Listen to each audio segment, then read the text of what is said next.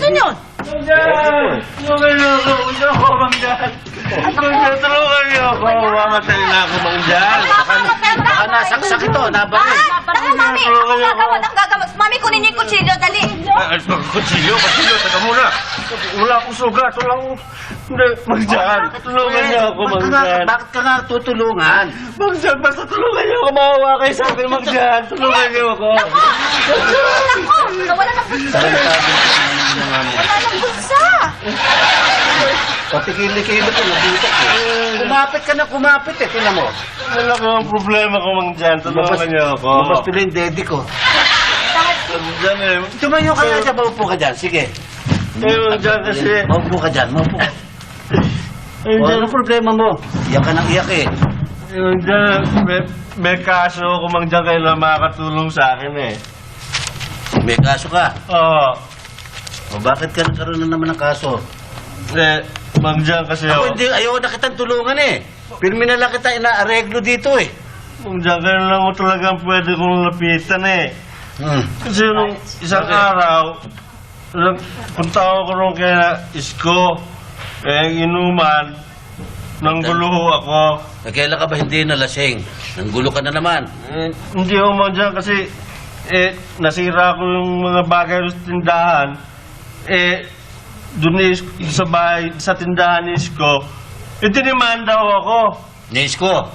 Hindi ni Kapitan yung umuli sa akin. Ngayon okay na naman ho sana, madali naman ho kausapin. Inareglo ko na ho. Si Kapitan. Hindi ho, si Isko. Okay naman ho kausapin. Kaso, pinagbabayad ho ako eh. Nis ko. Hindi ho, ni Kapitan. Sabi ko eh. Hindi kita tamaan eh. Lahat ng sabihin ko mali eh. Kinakausap kita, sumagot ka ng mabuti. Sino ba talaga nga aregluhin? Si Isko. Hindi ho, si Kapitan. Eto ka na naman, kasama mo na naman eh. Ang aaregluhin natin, si Kapitan. Tumama na kayo, Mangjan. Ang gulo niyo talagang kausap ko. Si Kapitan ho. Si Kapitan, wala ka na problema. Aayusin natin si Kapitan, kaya ko na yan. Talaga ho? Oo. Oo, maraming salamat naman, Mangjan. Kasi lasing ka ng lasing eh. Tinawin na ho kayo. Po. Sana wag ka na namang umiinom. Kasi medyo masama ka talagang malasing eh. Tsaka masama sa katawan niyang alak. Huwag ko kayo mag-alala, Mrs. Masha. Iniwan ko na ho yung pag-iinom. Sa katunayan nga ho eh. Galing ko mo yung simbahan. Isinumpa ko na ho na iiwanan ko ng alak. Galing ka sa simbahan, pati yung mompo ng pare, ininom mo ng minsan dun eh. Hindi ho. Anong malagaan ka sa simbahan, hindi ka sinumpa mo yung alak? Hindi na ako iinom. Nagiging linoleum yan dila mo, nababalumbin eh. Ano ito? Ano itong dala mo to? Hindi ho. Hindi ho. Alak yan. Pepe Lopez ha? Tequila. Alak to eh. Hindi ho. Tarantararantantang.